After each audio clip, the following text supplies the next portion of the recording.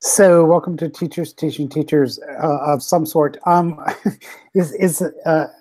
working tonight, so welcome. If you'd like to watch us work, so we're not paying any attention to our audience. We're public, but we're not paying attention to our audience. We have no rhetoric. We have no argument, and we have no structure. No, we are building we're trying to build a playlist together. And everyone knows Chris Sloan and Christina Cantrell. I don't know why I pointed in different directions. I guess. And we are building this list with Joe Dillon, who is not able to join us tonight, and Don Reed, who. So one of the things I'm thinking to say that it's based on a playlist that she made about a year ago or so. Called Raise Your Voice. Here, I'll share. Okay, good. Share away. But the so there's lots of documents to look at, lots of things to think about together. So would it be worth kind of reading through my summary that I wrote this morning and then see if that makes sense to you all? Yeah. Yeah. Is that okay? So I should probably share that if I can find it. So just to connect the few dots that we have going so far. Yeah, go ahead. What Christina was just showing, you wrote some notes about. Yeah. So Don created this Raise Your Voice playlist, right, for Youth Voices? Mm-hmm. And we're making a version of this to be a national playlist for youth connected to LRNG cities. Is that right, Paul? That's right. I want to make sure that. Yeah, so I'm just reading through my notes here, just so we don't miss anything. So that much is somewhat clear. So we started to build this, and so we can look back at the newsprint that we created. We have some idea of 4 XPs for this. We had a framework that we were using. Christine and I did a little thinking just recently about using other frameworks. The key that I want to say is that I would really like to treat the badge really seriously tonight and plan backwards from whatever standards, whatever we want to call them, attributes that we're asking kids to show that they're doing in each XP, right? If that makes some sense. It makes sense, yeah. At the same time, we want to be fun and clever and, all of that too, right? Well, the fun and cleverness comes from both the fact that youth will be using this playlist during the summer, right? Yeah. And it's so identifying who's using it. Go ahead, keep talking that way. Yeah. Youth involved in LRNG cities of learning will be invited to use this playlist, but it's optional. If it captures their interest and they want to do it, they can do it, and it'll be available on the national channel, which means that all youth involved in city programs related to LRNG could do this. So in that context, we want to think about youth using this playlist in this context rather than the original context that I think Dawn was primarily supporting youth in her classroom and then other youth who were in school connected to Youth Voices, right? That's right. And then I think it's only youth in her classroom who ever used it. Okay. So yeah. But go ahead. I don't know why I said. Well, I was also going to say that there was there's an AT&T challenge out right now for youth-facing playlists around civic engagement that includes a rubric of how it's called Rethinking Civics. And this project includes a rubric for what youth will look for in their playlists. Right. So, Paul, you had also mentioned this because this might be helpful for us to keep in mind, right? While we're. I think it'd be, yeah. So I'll read those quickly. Is that okay? Can you share those as well, Christina? Yeah. Can you see it on my screen? Yeah, I can see it. I, like, share the doc, though. Oh, yeah, yeah. So, yeah. So does a playlist cover a topic related to civic engagement? So, I mean, we are. So let's just say ahead of time that we're thinking that our playlist will invite youth to find their own topic around civic engagement. But I think that's okay, right? I think so. Yeah. This is a yes and no on the rubric. It's yes or no. So yeah, I know. Yeah. However, so my thinking about that specific issue is that using examples from March for Our Lives feels still relevant and interesting to do to me. So there's that. So yeah, and I'm actually working that through with a few kids in the after school program I'm with, and they totally get it. Like, yeah, that's what they did, but I'm interested in, in domestic violence, or I'm interested in trust. So they will look at the March for Our Lives playlist and then connect it to issues they're particularly interested in. Yeah. Rather than necessarily guns. Oh, here it is. I just wanted to show this too while we're. Yes. So yep. So was the information in the playlist useful? I think we won't have any problem with that. Are the activities easy to understand? That's tough to do. Was the length reasonable? Mm-hmm. There's a bias in that question, isn't there? That's it. I get it. Anyway, yeah. So yeah, that's tough. But yeah, so let's really push ourselves to make it, do that. Did a playlist unlock an opportunity for future career or college plans? Whoa. Right? So this one I think is really interesting. I mean, I don't know. Tanya was talking about how when we were in Kansas City, was talking about the superpowers that can be, like kids gaining superpowers, right? So I don't know, like the ability to do something new. Is that an unlock? Yes. And could that, in a civically engaged way, be meaningful to kids in a way that like connects to their future? Anyway, I just think it's sort of interesting to think about, since I don't think we're going to have like a scholarship coming out of this.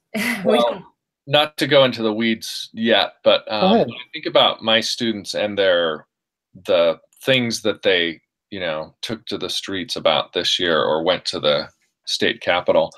I mean, they made connections with people who organize stuff, adults who organize things, or, they reached out to legislators. So they did actually get an interview with an organizer of a local event. To me, like, is that an opportunity? Something got unlocked there, whether it led to internships or scholarships. I think it made them aware of, a wider network. Yeah. But I mean, yeah, just thinking really literally about that. Rethinking civics and taking action,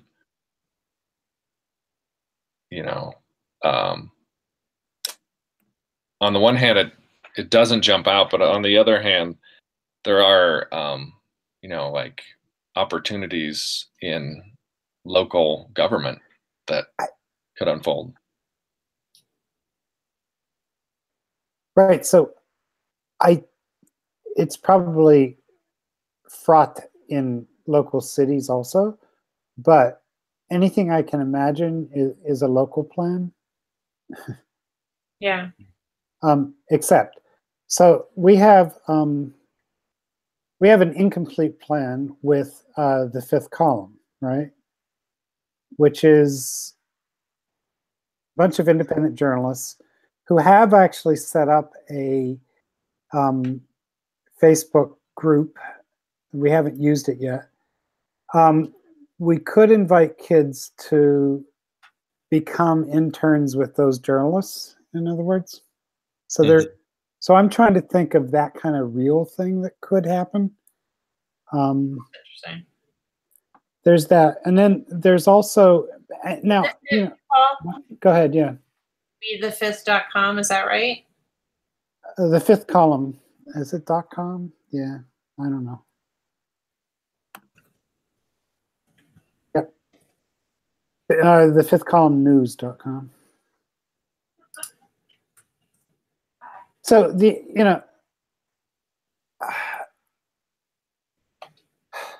so there's that. There's also, I don't know how to make this seem interesting, but there could be an editorial board or a group of editors at Youth Voices. There could be, and then there's the global square, the Kids Global Square, Youth Global Square, that anybody can apply to. But we could contact the woman who runs that and set up a, make that easier for them. So if they publish something and they've shown that they're interested in an issue, there is absolutely something that a journalist or somebody who's running. Let me get. There's also Student Voices. No, it's Student Voice. That's another organization. That's. This is Global Student Square, right? Yes, that's what it is. Global Student Square. So those are the two organizations that I know about and I know the editors of, and they're happy to. I don't know what Student Voice is, but it's more oriented towards taking action around education itself. But we connected with them. Sorry, we connected with them for Letters to the Next President. So there are logistical questions about how to actually make this happen, right? So a kid gets a badge, and there's actually a box to write the logistics out in the badge, by the way. So then how's the kid go to the next step? Yeah. Without 500 kids emailing one of these editors. But so I think that's a good way to start thinking about it. I don't know what you think, but yeah, I think that's interesting. I was also thinking about when Sean was sharing that op-ed space with us. So let's say a kid decides to work on an op-ed and then submits it to one of those places. I mean, we can't guarantee something would be published. What was that called? I don't know. I have to look it up again. But yeah. So Chris Sloan, you mentioned to me in Kansas City that you have mentorships through PBS, right? Yeah. For some of your kids. So how do you choose those kids? They are in my media class, and then they produce the kinds of things that the PBS people are interested in, taking further. So I give them choice in my class to do, all kinds of things, but I do pitch these topics that are pitched to my group and other groups like us around the country. There's probably about 80, I suppose, schools. And then they will pick, so like kids pitch their story ideas. And then the PBS folks will choose one of those from my class to mentor through the steps, so like my kids will create then a rough cut. Well, first they'll do a pitch, they get feedback on the pitch and their sources and that kind of stuff. And then if the pitch is approved, then they'll get like then they have a certain set amount of time to do some kind of rough cut, and then they'll submit the rough cut, and then a mentor will get back with some feedback about the rough cut, and then if all goes well, they wrap it up in the next cut. Now, and they're working with mentors through that? Yeah. Mm-hmm.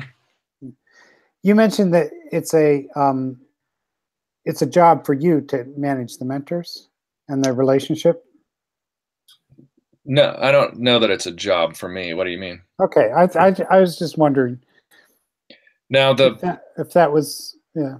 Well, the news hour people are trying to put together resources to include more people besides what are called, like my group and the groups I mentioned are called student reporting labs, but they're also interested in reaching out to people in a more informal way with resources that they think could help youth tell stories, in a compelling way. So when I was back in DC 2 weeks ago, they have kind of a wireframe of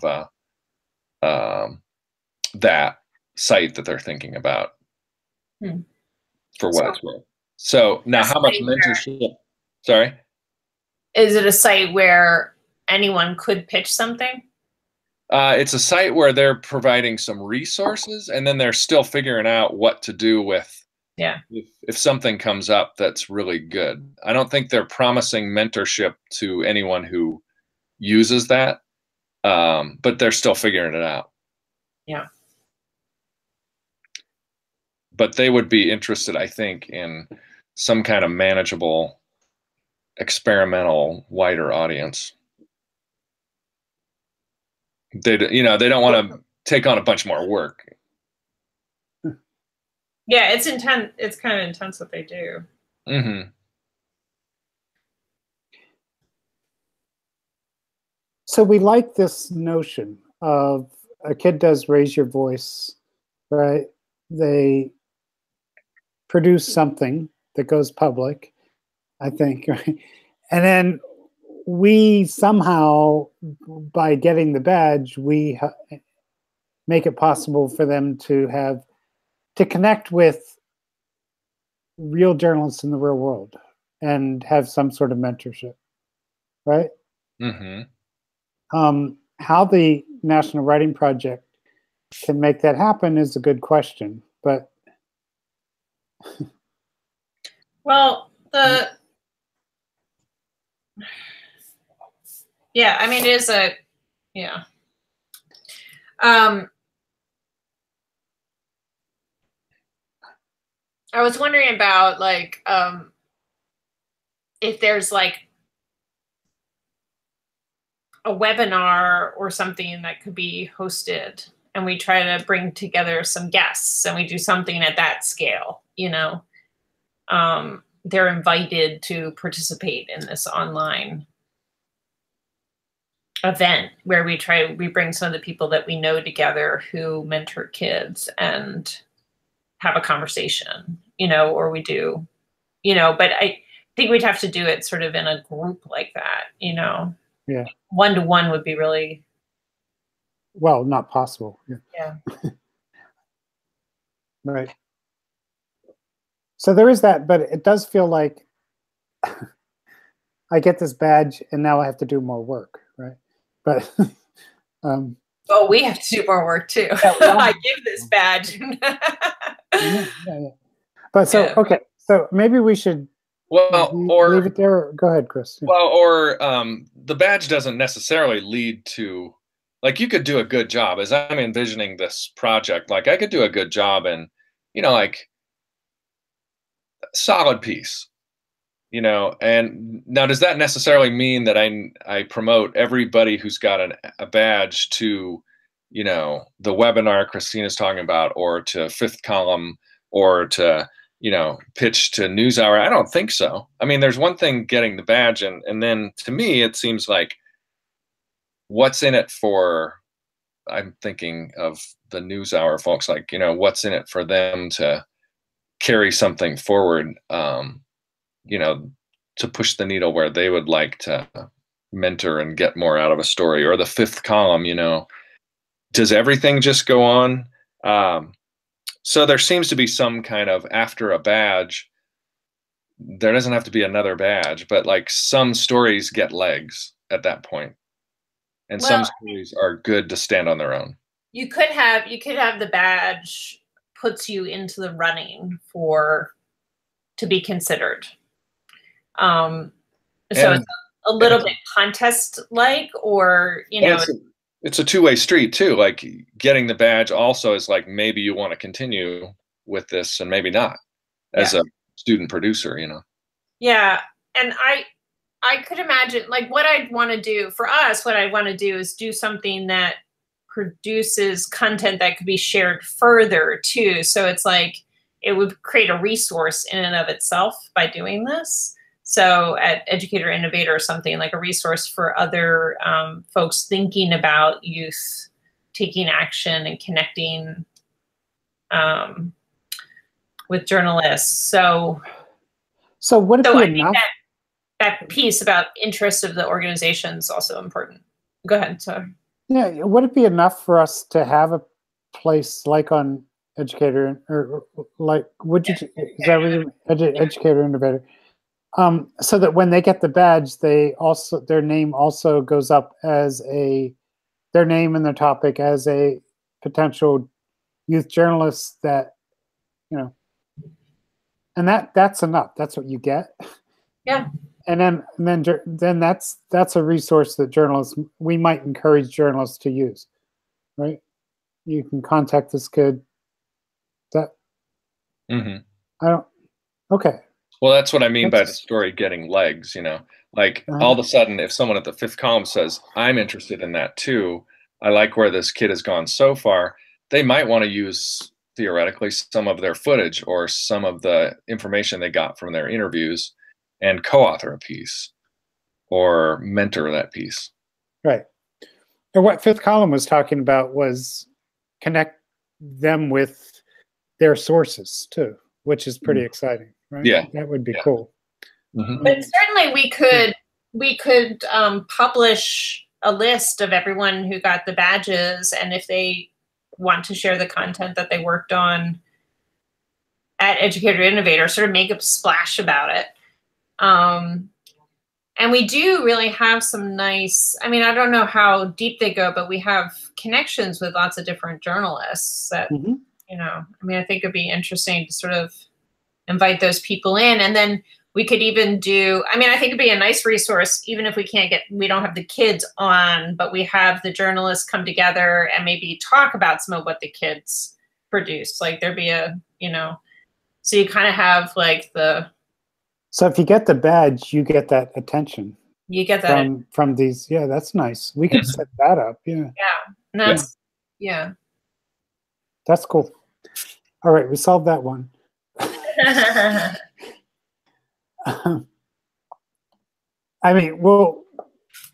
We have enough ideas, I think, to go, right? Yep. To go to that badge. Yeah, I like yeah. And I also like that we don't just blow that requirement off, which we tend to do because kids are in school. And my favorite thing to say is, if you get this badge, you get to get out of summer school and go to Puerto Rico with your parents. And if you don't, you can't go to Puerto Rico. Anyway. Oh, that's painfully real.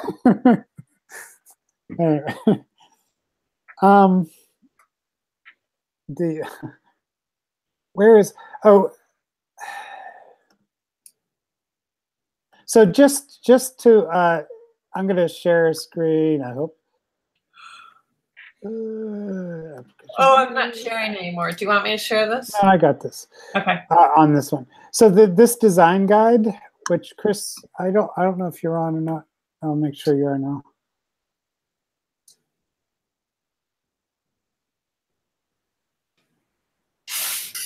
share it with you, Chris. Thanks. So is it okay just to review these real fast? Yeah. And then we can. So an XP should be meaningful, fun, have only a few directions, and with a product that the youth is proud of, and be doable in 60, 90 minutes. That we can talk about that. Maybe that's too much. I don't know. 90. What? I thought you said 69 minutes. Sorry. No, 60 to 90. Yeah. Who knows? So each XP is an invitation to make one and only one thing. You can turn in one of these: text, image, YouTube or Vimeo video, and a web link, right? And we've been messing with, and when we look at the newsprint again, we'll see that we've been messing with explore, build, go public, and connect, right? Yeah. And this is probably less, so almost all, well, I'll read it. And then, so around our Youth Voices context.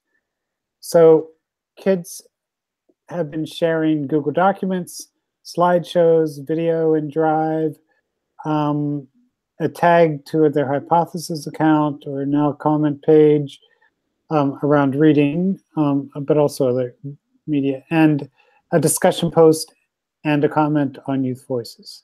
Those have been the major things kids have, just to say. And then this last piece says, it's useful to think of the badge as a section of the youth portfolio. It has links to the outcomes. And I've been looking at the badges, imagining it as somebody who doesn't know about badges looks at it. And it's like, oh my God. So it's like 3 pages of standards and outcomes.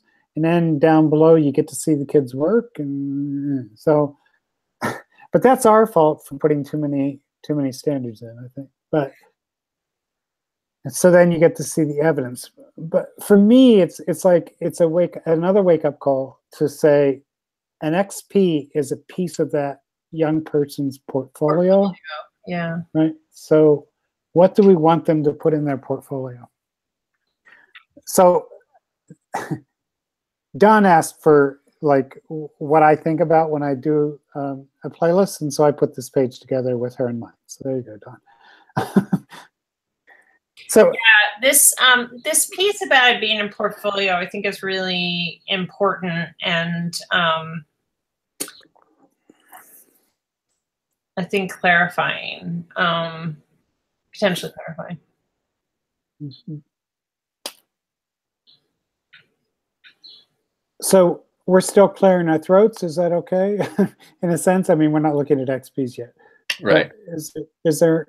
What are you thinking, Chris? Or I mean, that's making sense to me. It's kind of codified a lot of our talk in Kansas City and before that document there. And yeah, I agree. The XP needs to be thought of and playlist more as portfolio for sure. Right. I like the make one thing rule.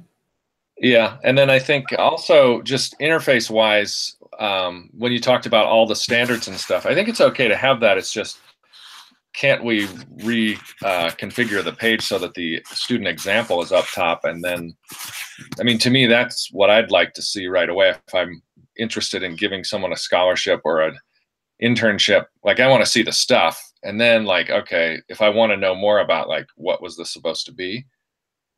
But that's what I want to see first. I don't want to scroll through a bunch of standards. Yeah, we can bring that up with LRNG. But yeah. But I want, again, I said this almost at the beginning, I want to get more real about, so we've been using CWAC for a while now. We've been using CWAC, we've been using the web standards from Mozilla, and we've been using the habits. And just sort of going in and saying, okay, here's a few that fit, let's throw them in, right? And so we haven't been very real about it. And I'm kind of excited about the CWAC. CWAC is The civically engaged writing analysis curriculum. Continuum. Continuum, yeah. That these folks put together, and there's going to be more talk about that. But am I still sharing my screen? Yeah. Okay.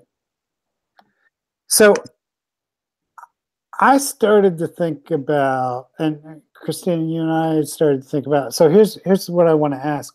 So at least all the language sounds like we're creating a CWAC playlist, right? We're creating a public playlist about going public with your with something, an important issue. Mm-hmm. Worth saying also, I'm Christine, you've pushed us to be making guides around our playlists, and we want to make a guide around this one. And the idea of the guide is to be an assessment guide. Right. I mean, we also sometimes call them teacher guides, but if you're going to assess the work of this youth, and since this is a national playlist, we want to have a guide that allows different assessors from the National Writing Project to be able to look at it and assess it. Right. And I'm thinking, let's not reinvent this. Can we use this as, like, there are already, like, examples here, right? Mm-hmm. There are already youth samples. So this is the site that just came up by, I think, yesterday or the day before. Yeah. So rather than search and find samples for things, et cetera, can we use this as our guide, right? Even for the students, you mean? No, I mean for the assessors. Oh. But yes, then we would have to be real about, so Joe Dillon, who's not able to join us tonight, is really, really clear. Maybe you can say, Kristen, you've said it back to me, that if we can get clear in the XPs that what we want to see in the assessment, then that makes a lot of sense. Like even the verbs be the same. Yeah. Right? Yeah, so he was talking about, if we have an XP that's about construct or build a poster, then the assessment should be about the construction of the building of the poster. If we have explore, the assessment should be about the exploring. Right. If we have go public, then the assessment's about that act of going public. So what I'd like here, Paul, just to say is the examples of student work too could be examples that we actually use for the kids too. Like there's a nice set of them. Oh yeah, sure. Oh, so we could within the XP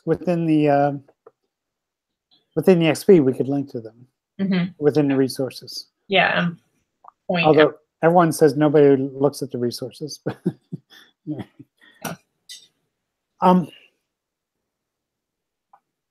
Quick sidebar on that. I totally get that youth don't read through text, but I also love the teaching experience of sitting down with youth, and they just did it. Sitting down with youth, and the girl said, "I read it." I said, "Okay, so what are you supposed to do?" And she doesn't know. And I said, "So let's read it together." Right? So that meant, a text that allows a mentor or a teacher to sit with a youth and figure it out together, I think is really useful. But I know, but that's not the context of these summer ones, right? I get it. Yeah, the summer ones, we don't know how easily accessible a mentor is at any given moment. Mm-hmm. I mean, all the youth, so just to say, all the youth should be, well, I think actually are connected in some program in their city of learning. So there is an adult around. It's just that if they're working on national playlists, it's sort of on their own time. So it's not clear that they would have a mentor to sit down with them. Right. But okay. if we want to get the pieces of writing, I mean, it's a tricky part of asking youth to do something, or any of us, to do something fairly robust. You know, kind of takes work, a level of, you know, it's not going to be simple. I mean, it could be simple and then repeat, you know, you revise, and I mean, it's always going to take work. So I don't know. Well, it's hard. Specifically what we mean by robust, I think we've already begun to define. We want it to be good enough that a journalist who goes to this page will, you know, want to work with that. Yeah, we'll have something to work with that youth. That's no small thing. That's no small thing. Yeah. Chris, you okay? Yeah, sorry, I had to step away for a second, but I think I'm still with you. Yeah, that's cool. So should we jump into some of the XPs? So I did bring up. So let's look at this, right? There we go. That's our plan. Yeah. Beautiful. So we talked first about doing some sort of construction, building, making, and we sort of went back and forth about this. But we said, like, what if we started with making something instead of analyzing or exploring and analyzing? Because in the summer, maybe sometimes you just have to, like, start with get your hands dirty, right? So maybe everywhere, but yeah. Yeah, maybe everywhere, but particularly summer that we were talking about this. So building a poster was the focus, and we were talking about having 3 option inspirations or mentor texts that could be used. And again, Joe was arguing that we shouldn't assess the content of the poster. We should assess the construction of a poster itself. Or maybe that's not exactly the duality. Maybe he didn't set it up that black and white, but it was more that it would focus on the act of making, the act of constructing some sort of poster. All right. And then the second one is to then explore. Well, it's based on primary sources. Speeches. Yeah, right. What? Right. And we were talking about the March for Our Lives video. And we thought about, you're right, further out speeches or not, but yeah. Oh, by the way, I saw a link, I'm trying to remember where it was, of the kids' speeches that didn't get so highly televised at March for Our Lives. And some of those might be kind of interesting because they're probably less polished, you know? Yeah. So my thinking since Kansas City is that and working through the March for Our Lives playlist with some youth, they're totally fascinated by that march still. At least my kids are. Yeah. And by what those youth are saying and doing, and I'd have them looking at the whole thing and then finding a speech that they want to focus in on, or 5 places. So anyway, but the video we were using has been taken down, I think. But the so yeah, finding and argue that I really like the idea of going back to those speeches and having kids look at those as text. It's really useful, I think. Yeah, I think that's powerful. And then we're going public. Yeah, go ahead. We made a note here that we could also say you could start with one or the other, which I also thought was an interesting option that we talked about at the end of our meeting. Whereas, like, we're going to suggest you build a poster first and sort of like play with what you're interested in, and then go deeper into analyzing this issue or other, through these mentor texts. But you could do it the other way if you wanted to. So that's something we said at the beginning, and I think we could do that. I mean, you'd have to textually explain the option. There's not really a visual way to explain that option, but.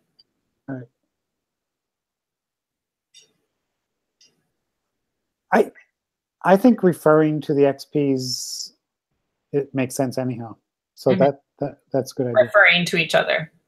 No, in the description on the playlist, whenever we don't, I rarely do. So I think,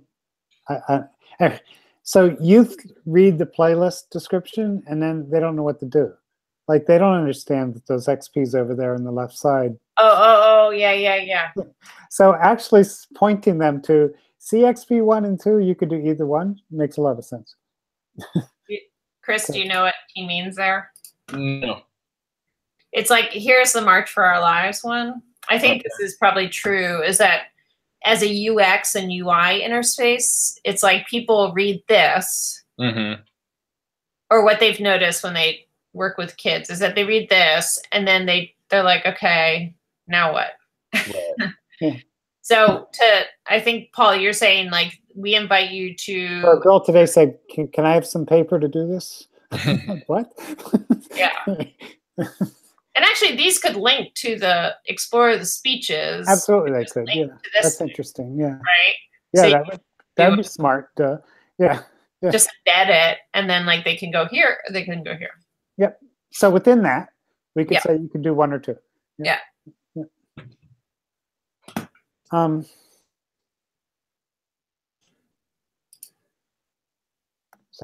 Doing sharing screens. It's cool. So then we want to go public. Well, it's kind of useful because like we were using this model and then we were playing with this model. So I kind of like the two screens. I don't know. I don't know what anybody can see.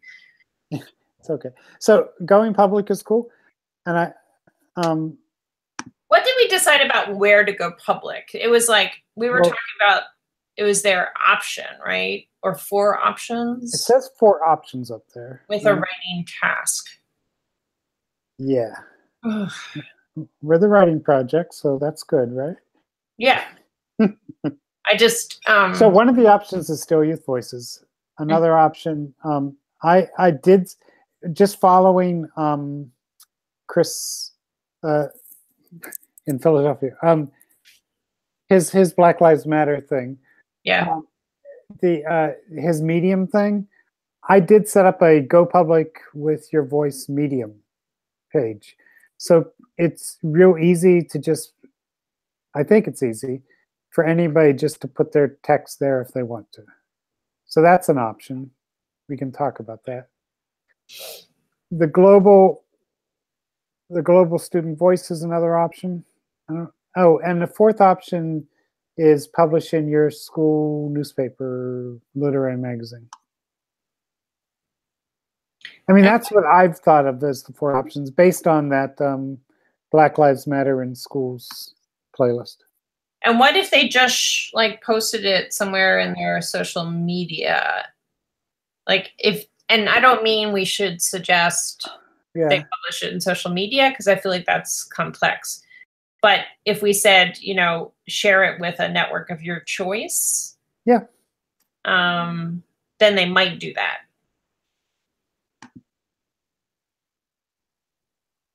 So, yeah. So we have to think about, as we construct that XP, what's easy and doable, right? And what's like giving all those options. You'll see. I tried to do this on an XP. It gets confusing. Yeah. So. Which one? What?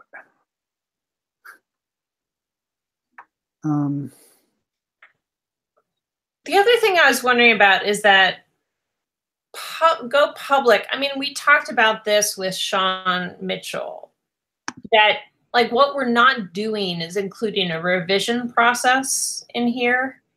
And right. And that's because, I mean, and I think it's because in Youth Voices, you have a community where that kind of, it's like a back and forth, that connect piece is very much about feedback and all of that. I feel like in this context, I don't know, I think we need to really go back to some of our writing instruction pieces. Like Tanya was talking about, like even just basic revision strategies, you know, like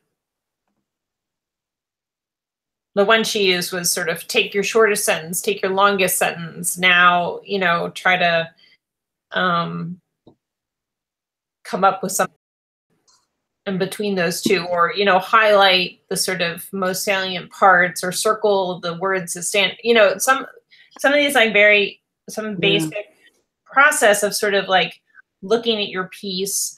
I was also thinking about the sort of like read your piece out loud process, you know, like record yourself reading it. Now listen back to it. That's nice. Yeah. What, you know, because that's very doable in this case. You think it's doable? Oh, okay. Well, I was thinking about how Joe had the kids record and share a recording. I guess we still need the reflection, or like maybe they record themselves reading it and then they submit a second version with like edits marked or something. I mean, it starts to make a lot of XPs, but I'm a little worried to just have this like move to go public with your work without sort of helping kids process what they're doing a little bit. You're shaking your head, Chris. I just want to. I mean, it does seem to be a pretty big leap from. So, like, as I understand it so far, I have, you know, initially maybe made a poster about an issue that I care about, and then I've processed some other students' speeches, and then the going public with, I would imagine, then my poster and kind of what I learned about my issue, kind of stuff. And I'm trying to reconcile that with some of the product that I'm thinking of that my student did, where she actually went to a couple rallies and videoed, you know, got some footage of that and interviewed people. And then she like is doing a narration. Like, that seems something that like a journalist might be interested in. But how to get there, like, that's a lot of steps that went into that thing that I'm describing. But if it's going to be, you know, like publish my poster and talk about it, you know, we have to flesh that out a little bit so that it's compelling. Yeah, I mean, it even strikes me that we have to talk about the act of writing, the act of revision, and then the act of going public in some way and connecting with others around it, right? So, yeah, I mean, I certainly think that connect with others is a little too much for this playlist. So I totally agree that looking at the writing together would be important to do. But that said, if I could go back to what I was saying, if we think of this process as almost coming up with a solid kind of pitch for a story that I could pursue, then that brings me back to maybe like someone at fifth column or wherever might be interested in saying like, okay, here are the next steps. Right. So it's not like they have to come up with a journalistic piece itself, because what we're offering is mentorship around the journalistic writing, but they have to come up with a pitch. Actually, if we look at the criteria for CWAC again in that context, you would employ a public voice, advocate civic action or engagement, argue a position about why, and employ a structure to support that position. So that could all still work within a pitch. Mm-hmm. Kind of, and yeah, and pitches include a bit of research and your own opinion, and yeah. Right, and that's why that screen that Paul's showing kind of like, that's all important stuff in saying like, here's what I found out and here's my plan of action. mm-hmm. Based on my inquiry and what I found out. Seems like that could lead to a compelling idea and a plan. Yeah. So is it okay to look at this XP? Yeah. So I put this XP together since Kansas City. Which one is this, Paul? Is it ready to go? I'm sorry, I'm not looking at the XPs. I was looking at the playlist. Okay, I see it. It's Go Public. Yep. Or there are two Go Public ones, but it's the Go Public with the megaphone in it.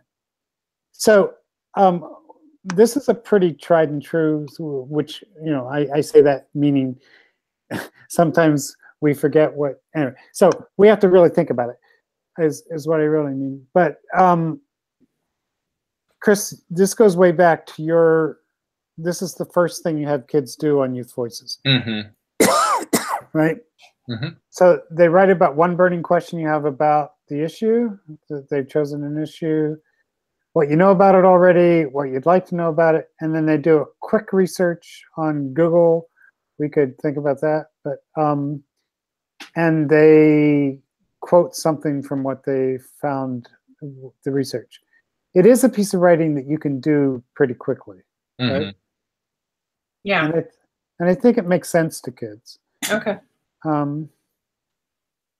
But having said that, I'm happy to hear what's confusing. Having put this together, though, that's an XP in itself. And then here are ways to get it out to the world. Here's a Raise Your Voice page on Medium. Yeah, I think that's a separate step. That's a separate XP. Right. Right. It is. So, and we don't want 5 XPs, right? Well, I think if the XPs make sense, we could have. Yeah. I think 5. I mean, I think when we get into 8 or 9, we're in trouble. So we can, okay.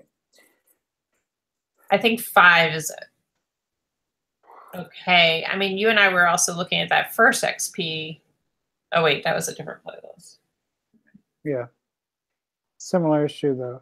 Similar. Well, steps 1 through 3 are just creating the content and so there's no there's nothing to turn in yet for 1 through 3. It's the if they do a Google Doc, they can turn in the Google Doc. Yeah. Or they could read it, or yeah. Well, the Google Doc could provide the opportunity that Christina was talking about the revision and, you know, discussion about the idea so far. Then so it's not going public yet. Yeah. It's like forming your idea or crystallizing your passion or something. Getting ready to go public. Getting ready to go public. Private kind of public. But since they're turning it in as an XP, it's public, right? Right, but it's not. I know what you're saying. Yeah. Not roughed out yet, or. Yeah. It could even be a sort of. I mean, again, I was thinking about this, like reading it aloud is like a way to. I think that's a really nice suggestion, Christine. I like it. Mm-hmm. Yeah, and I was thinking that, like, even as a portfolio piece, it's kind of interesting. Yeah. And we can ask them to read it aloud with a partner. Mm-hmm. I guess. How how can they turn that in though?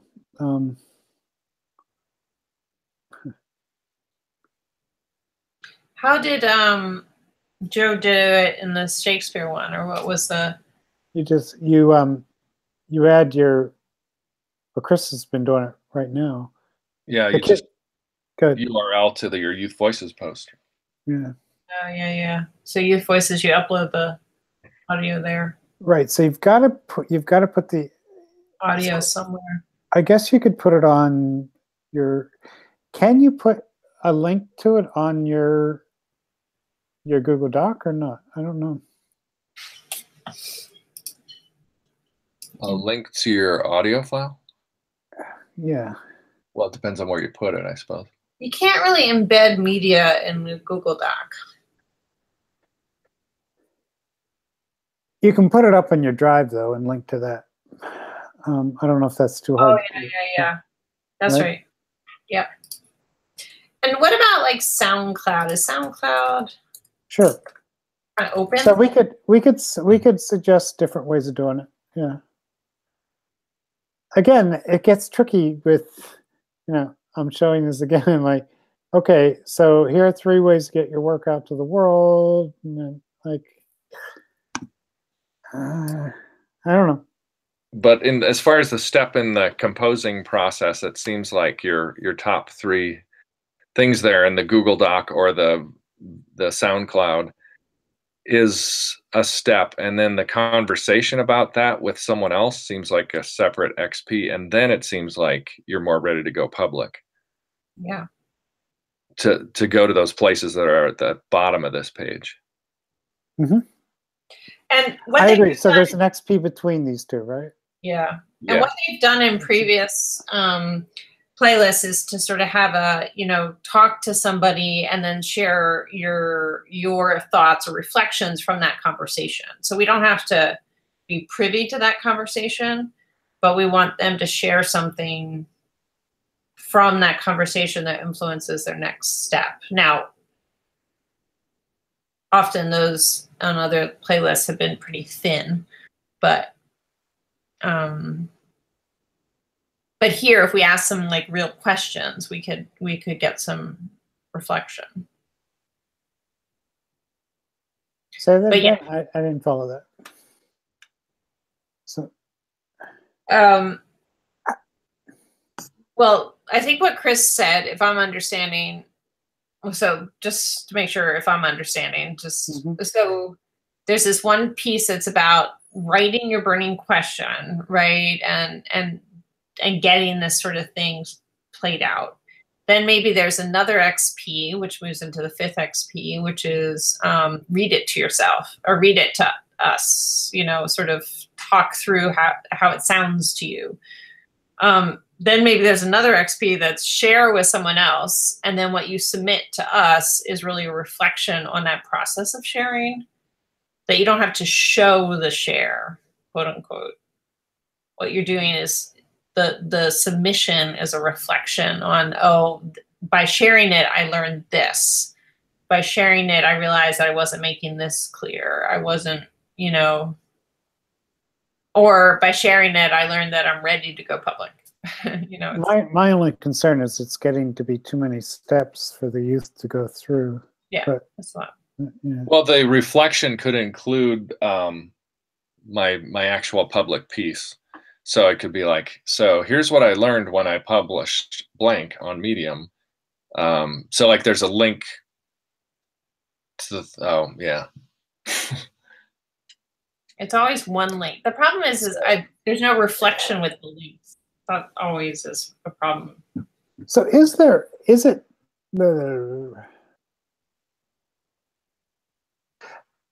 it too hard to record? I mean, we can provide a link to this.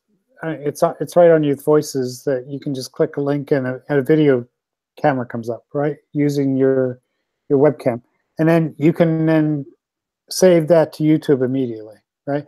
But you have to have a YouTube. You have to have, So is that too much to expect or not? It might be hard. It could be that we ask. So let's say the 5th XP then. What if the 5th XP was read this aloud to yourself and or others, and then submit to us a reflection on what you learned when you read it out loud and what feedback you got from others. So they don't have to record it then? So they don't have to record it. What's submitted is the reflection. But the process is about reading it out loud. Like either reading it and be explicit about, like, we want you to read it and record yourself and listen to it again. You know, wait, they are recording it? Yeah. Like on their phone or something, you can just like record, right? And then I could just like listen to it. I mean, whether they do it or not, we don't know. But we want to support them in reflecting on their piece, getting some feedback on their piece or reflecting on their piece. And one way is to read it aloud to yourself and record yourself and listen. Another way is to read it to someone else and get feedback from them.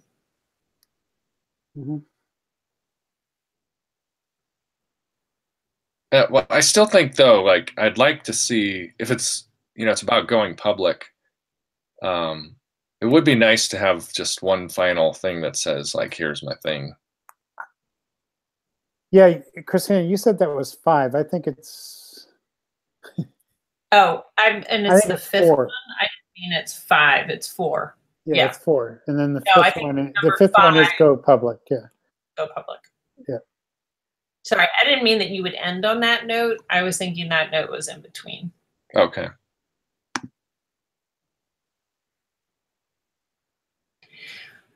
I want to say something real fast about the go public, if you don't mind. I think we should just give kids a little bit more context for all of these places. That or not use them. I mean, maybe I can do something like you were saying and say, you know, I don't know, like publish wherever you want, right? I just don't know if that's helpful enough. Well, if I'm getting it right, I think it's good to say, like, here are some options for publishing, right? I still like the wheat paste it in the middle of the night.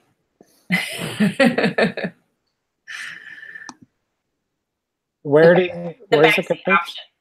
Oh, I see.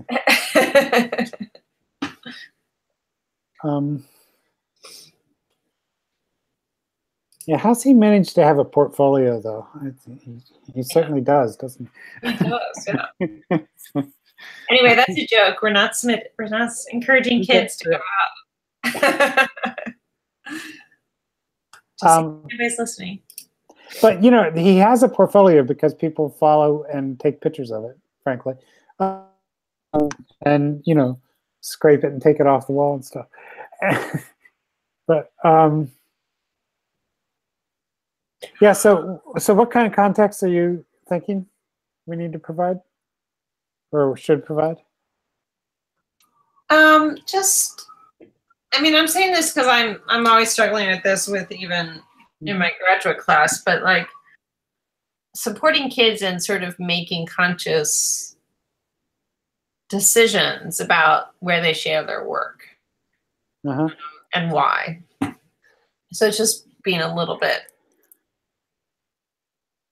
to the extent that we can be, a little bit supportive of that process too. Yeah, so if we break this out as a separate experience, XP, then we can do that more, I think. Yeah. So just to review, we have XP 1 and or 2. We don't know which order they go in. Is make a poster, watch video, speeches, right?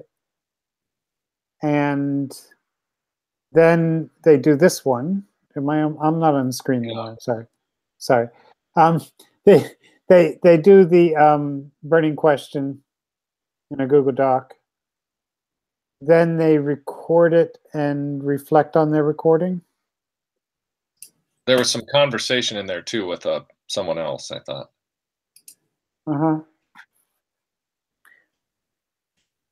So I thought they were going to reflect on their conversation. Yeah. Okay. Should we Is it too much to ask them to ask others to comment on their Google Doc? And that's the way we do it. Yeah, I think that's too much. No, it's not too much. I think that's good. That step of getting some feedback from people. Yeah, that can be an XP.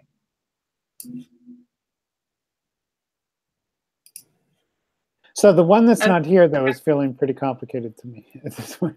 So I have to record. I'm acting like a student, but I have to record a reading of it. Then I have to get somebody to comment on my Google document. Is that right? That feels like too much.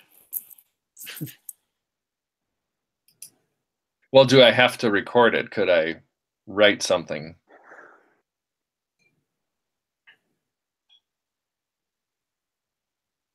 See, I was liking the recording thing because when you record something, you end up revising your work, right? Mm-hmm. You end up saying, that doesn't sound right. You know? Right. So, so that would be a separate XP then, is like upload a recording.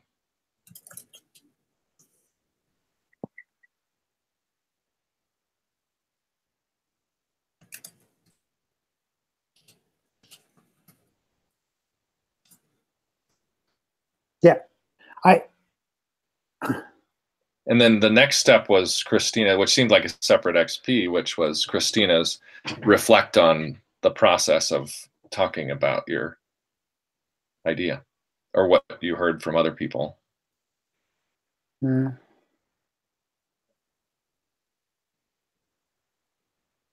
Christina, do you have a thought about? Well, maybe when I want that whole revision XP to be 1 XP though. So let me I'm trying to write it out here. So based on this, I wrote prepare a pitch. I don't know if this, and then revise your pitch or strengthen your pitch or something like that.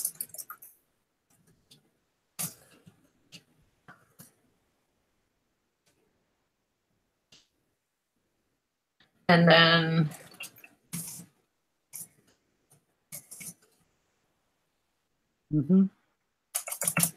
I think that looks good. I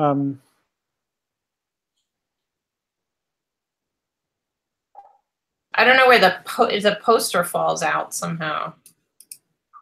Why? Oh, because it doesn't go public? Well, I was thinking when here, we don't go back to the poster. It'd be good to, though. Yeah. Could the poster be incorporated into the pitch? Yeah. Yeah, I guess. Yeah. Yep. Keeping it together. And then when you publish, when you go public, you should go public with both the writing and the poster. Yeah. Somehow. Right. Well, I mean, just thinking youth voices wise, your featured image is the poster. Yeah. And I think, yeah. And even if it's separate, that's okay. If you put it on Facebook instead, that's fine. If you put it up in 2 posts or something. But you can, yeah. Anyway, kids can figure that out.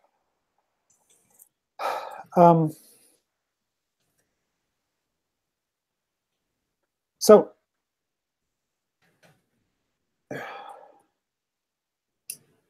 where are we time-wise? So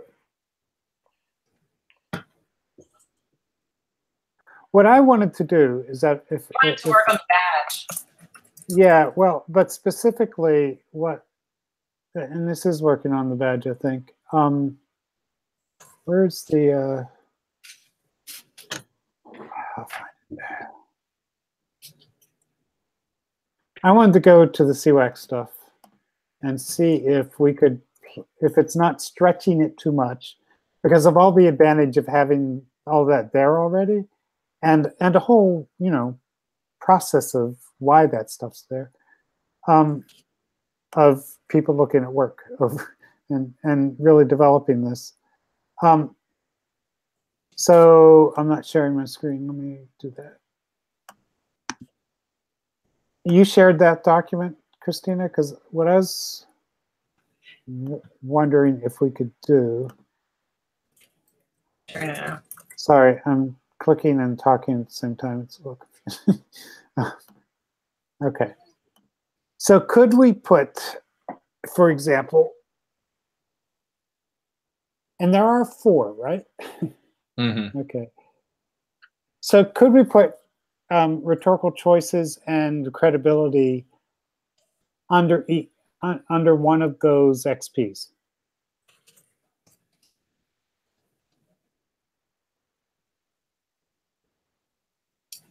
I'm sorry. Say it again. Yeah, I'm going to try to do it, and maybe that. So I'm looking at the dimensions. Mm-hmm. So each attribute has a dimension, right? And the dimensions sometimes have 2 parts. So whether or not we keep them all later, we can think about that. But I'm wondering if we can put rhetorical choices and credibility under one XP and say, if you do this XP, this is what you're working on.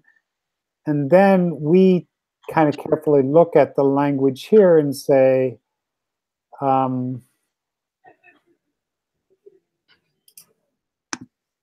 there are, by making a poster, you're articulating a position to be heard, right? Yeah.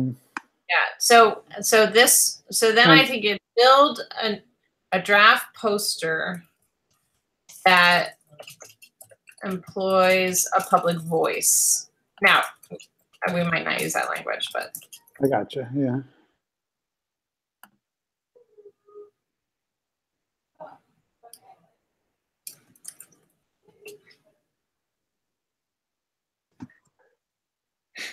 Right. So I want to. So here's my goal. My goal is for the assessor to be able to look at the dimensions and say those 2 dimensions go with this XP, right?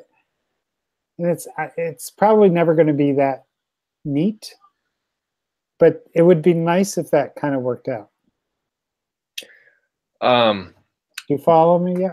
Yeah. For example, like the pitch itself, to me, should the last 2 argues a position, or argues a position. Both of those 3 and 4 have reasoning, evidence, and alternate views. Seems to me like that should be part of the pitch, for example. yeah. So it'd be fairly easy to say, craft a pitch that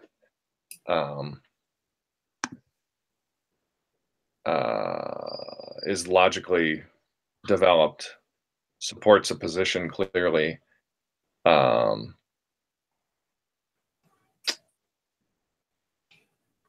synthesizes evidence.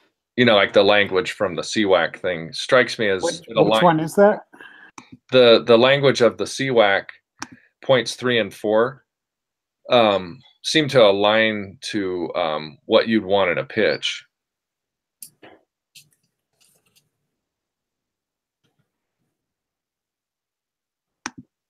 What's points 3 and 4? That argues. Sorry.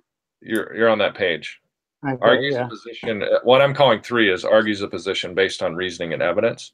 And then 4 employs a structure to support a position. I think both of those things, if I read those right, the criteria are the same, and they call oh wait, no, sorry. No, they're not. The third one anyway strikes me as something that should be in a pitch. Yeah, so I agree the third one goes with our third XP. The one where they're writing about a burning question, right? Because and it may make us revise that XP a little bit. Yeah. So that it fits this more. And right? the latter step of after I've tried to record my idea, clarified it in my mind, got some feedback, then I think organization becomes clear, and I think I'm better able to write my opening and closing, which are those CWAC fourth points that seem to align with the latter stages of the fourth or fifth XPs that we're talking about. Right. So we might be able to break those dimensions up, but yes. Yeah. Let me ask this. So I'm just looking at like draft a poster that employs public voice, right? Here's the document that I'm looking at. I feel like, you know, if we say consciously we want you to draft a poster that employs a public voice, then we can use the public voice group continuum to just sort of assess, is public voice there? I wonder, I sort of feel like rhetorical choices is one thing. Credibility might actually be kind of hard at this point. And I was wondering if credibility, like, explore primary sources that sources that employ a public voice is this one. And then that's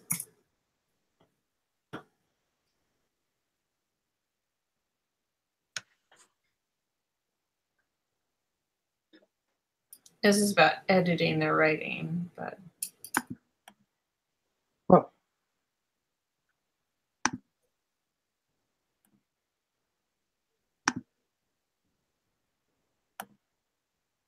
see, Chris, what Paul and I were talking about before was that CWAC so much feels like a tool that is used for the final work, and it fits more awkwardly with like the in-process pieces. Or right now we couldn't. I don't know. So this may not work, but we can try still. Yeah.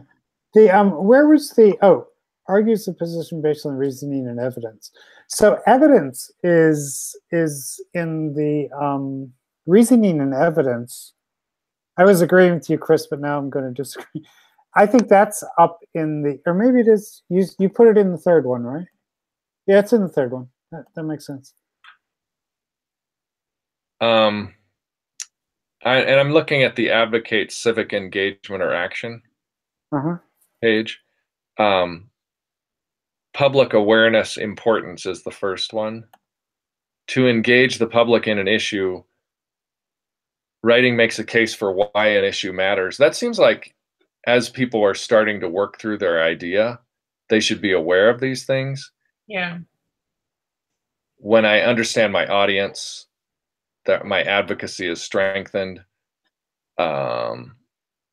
There's reasonable, it should be feasible. It seems like those are things I might want to think about as I'm doing my poster and thinking about. So you want it to have a public voice and advocate for civic action and engagement. Those are the two elements. Like draft a poster that employs a public voice and advocates. If I could spell. And I can speak to, sorry, a young woman who put together an amazing poster. She didn't, like, it just took her forever to do it, but but she was thinking about all these things. And then another guy who just put it together fast, and I could actually use these categories to talk to him about why his poster doesn't make it. Yeah. And then somebody else who's copying something from somewhere else isn't, no, I don't know. So I think this works. But it seems like these two, I mean, it might be that we have to create, you know, I mean, this continuum was, those examples are all final projects. So I think actually,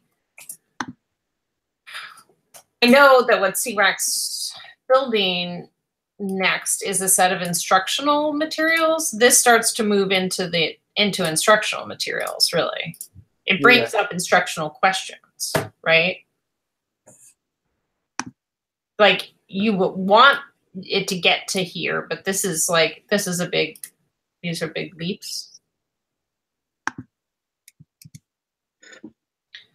But if we use this as like, I think we'd just have to be clear that we want the poster to use a public voice and advocate for some sort of engagement or action. Mm-hmm.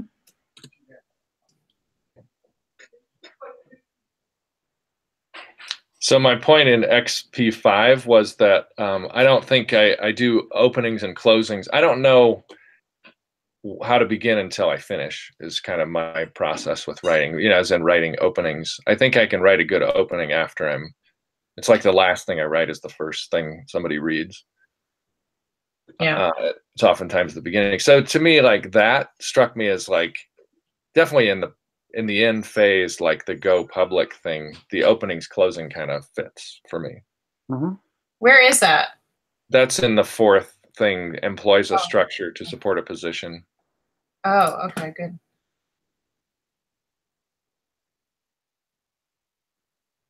And also there's the linkages. The organization thing on that page, I think, could go earlier in the process. That goes under the strengthen, doesn't it? Yeah, it could. And then that would prompt us to have youth look at the organization of their piece, right? Mm-hmm. Which is kind of like what I would start to do as I, you know, voice my idea.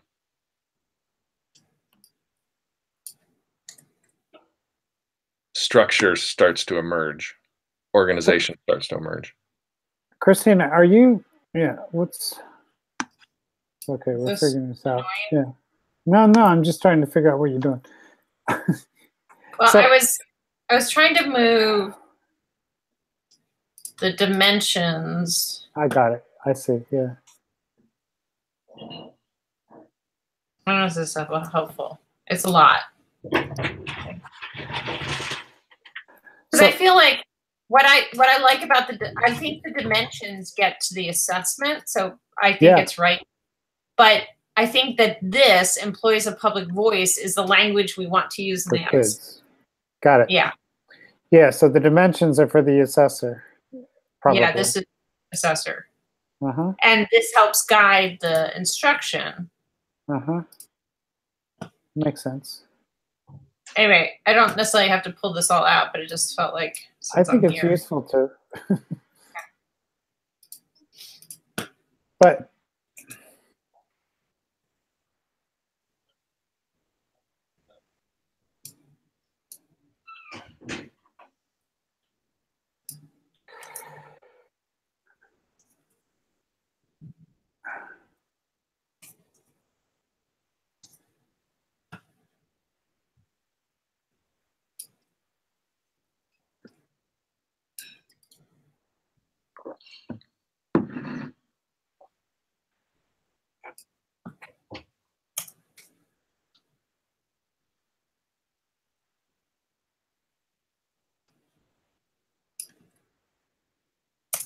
so smaller.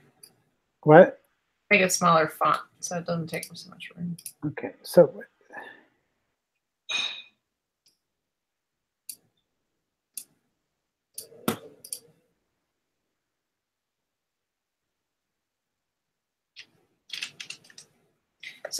I was separating out that like the first two help guide the first two XPs, and then the last two sections of CWAC help guide the last three XPs. Is that what you guys were saying? I'm glad you're asking that because I'm trying to figure that out too, but I don't know. I was hoping that evidence would fit with the one that says argues the position based on reasoning and evidence, fits somehow with the looking at those other speeches. But what are we asking them to do in terms of the mission? We're not yet asking them to use any evidence. We're just asking them to compile evidence, really. right? Yeah, yeah. Like to understand its public importance and reasonableness. So, why are we asking them to look Just at those to other say that speeches? reasonableness shows up in CWAC. Oh. Feasibility. I'm sorry, go ahead. So one of my stray thoughts, and maybe it's worth thinking about, is that looking at the other speeches is actually an act of, we call it explore, but maybe we're introducing the concept of going public with that, right? And we can ask them to somehow look at the structure of one of the speeches. I don't know. Mm-hmm. That's interesting. Like actually not just look at them for topics, but look at them for structure. Yeah, this is a public piece, right?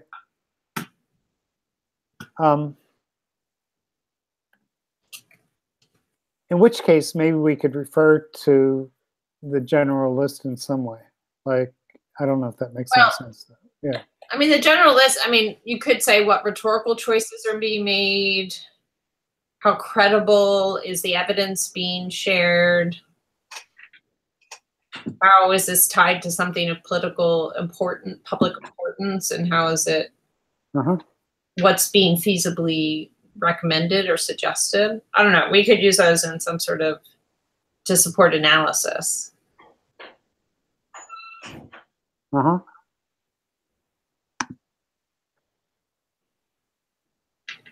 Because they're not using those speeches as evidence for their piece, right? They're not.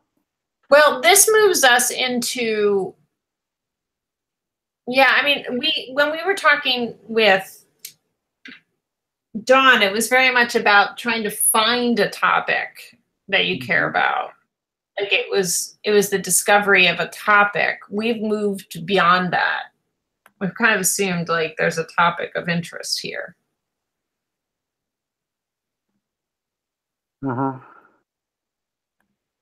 Say more about that. You mean the exploration is finding a topic? No.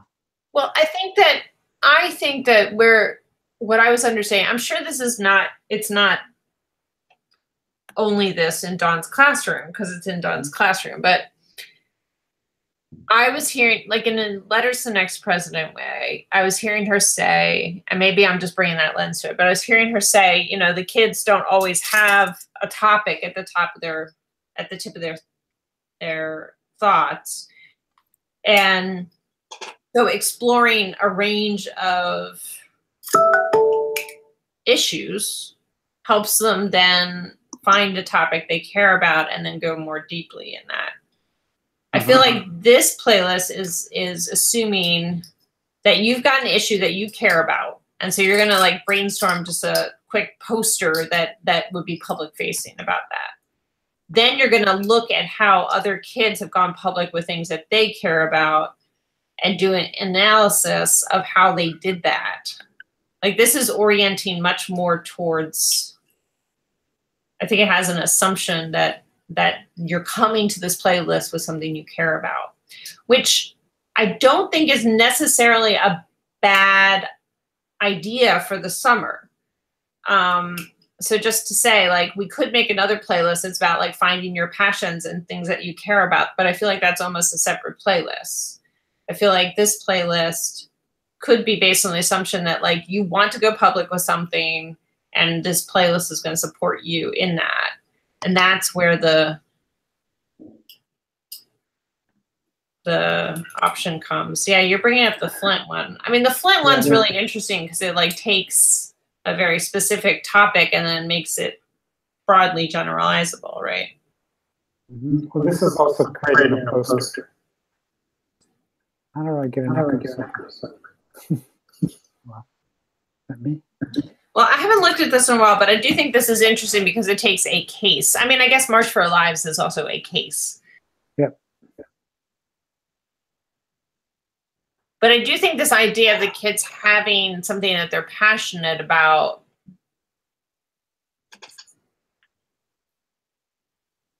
in a classroom, you can't just, if all the kids have to write about their passions and they don't have, if this is like an optional playlist that people who are interested do. Yeah, it goes back to the 10 questions about the world assignment. That could be even a link in an XP that says, not sure what you want to do. Here's a playlist to get you started. Yeah, that's true. That's interesting. Yeah, I feel like that's a separate playlist. Or that playlist, yeah. Mm-hmm. I mean, we were talking about doing two national playlists, one about place-based writing and one that's like this. We could orient it to two playlists, one which is a remake of 10 Questions, 10, because we know that one and it works, and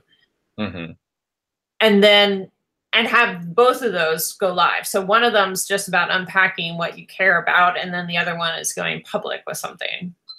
And I mean, that does, I think it lends itself to any learning setting, but in the summer, if it's open to like, what do you want to study kind of thing, or what do you want to spend some time exploring, that still, I think that works really well for that questions that you have, Yeah.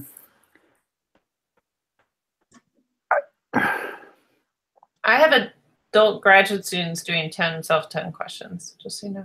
Yeah. It's good. And what do they, when they do them, what do they do with them?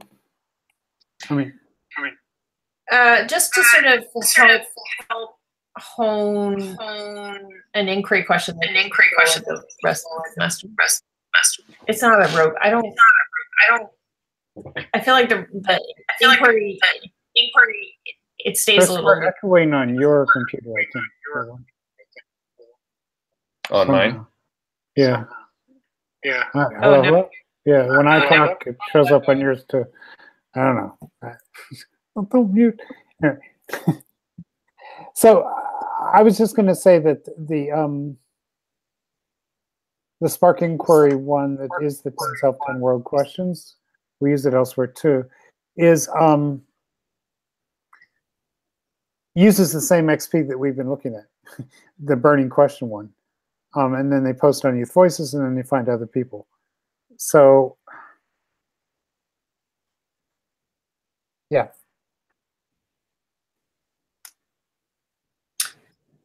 Well, so they wouldn't have to though.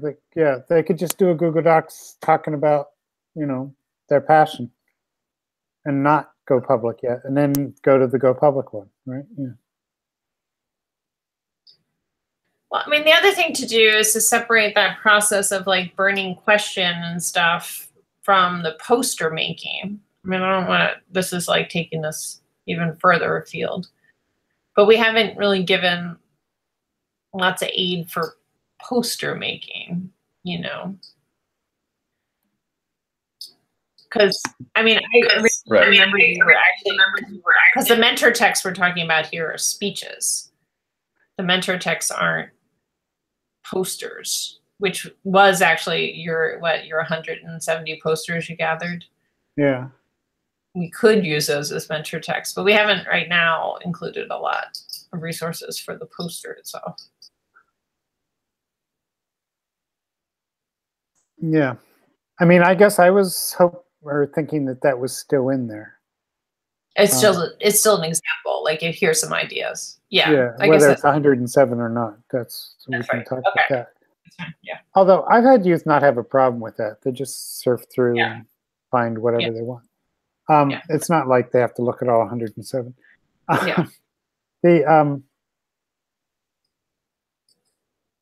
yeah. So there is that. I'm listening.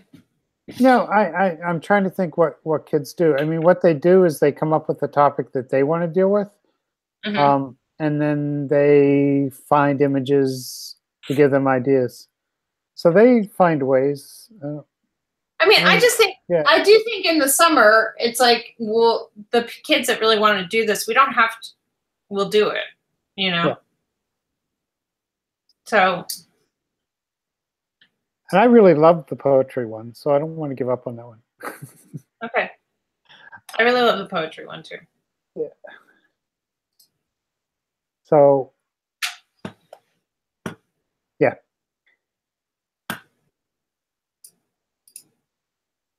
So I'm good with just assuming kids have some notion. My question was the purpose of looking at those. I'm trying to look at it from the kids' point of view. The purpose of looking at those videos is what? I mean, could we leave that out and still have a playlist? Well, I mean, I'm really echoing. But I think the reason, first of all, is that they are connect to current real world things happening. I don't think that's to be diminished, right? Yeah. Yep. But I agree that, like, what are we asking them to do with that? I'm gonna pipe in, even though I may be echoing. No, you're not echoing. It's when. Go ahead. When you talk, you're good. Right. So, I mean, at the very basic level, in those videos, there are posters. You know, like they seem to be two literacy acts that seem intertwined in our examples. So, to me, it still makes sense. Yeah, that's kind of cool. Represent your issue with your poster, flesh out your issue, you know, with the poster in mind. So, can I share my poster? As a joke. I like my poster though, so. Share your poster. Sorry, you guys say something. No, what?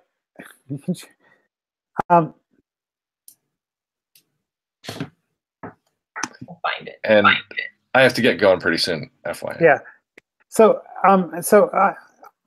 yeah. So when they, assuming one of the options is to annotate a video on Now Comment, for example, the instructions can be very clear about, you were starting to list them, the CWAC notions of public writing, right? So look for these things and identify them. You can even ask kids to tag their comment that way. So, you know, we have to think about how much of that is too much instruction, but always. But yeah. So, okay. So process-wise, how? Yeah. Paul, were you going to compile this? Is that, and then, I mean, you and I. Yeah, I have time to work tomorrow, right? So I'm going to jump on this right away, which is important to do so I don't have to remember what we did last week, you know? And then you and I can talk about this on Friday again. Yeah.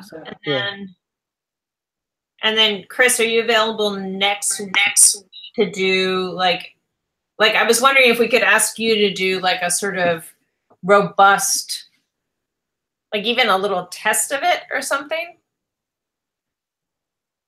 Like, test it with as if you're a kid. If I have a student, you mean? I was thinking pretending, or me, but if you had a student, that might be good. You mean me test it? Yeah. Me. I was thinking you, but Paul is really hard. I could test it. Yeah. What were you gonna say, Paul? I wasn't. Okay. Yeah, we could have Joe and Don to do that too. Okay. They both wanted in on this, so yeah. So let me try to do a draft tomorrow, and then before next Wednesday we'll ask people to play around with it. And Chris, I am thinking at this, like what might be good is if we could have us as adults pretend to be youth in this drafted phase, but then maybe in the like when it's actually in a playlist form that we could share with kids, maybe there is 1 or 2 kids from your class who could like try it before we send it out to national. Yeah, I'm just thinking of a kid who has parts of this stuff already done, because they have 2 weeks 2 weeks left of school. But I have a kid who's pretty much done with not the poster, but parts of this, right?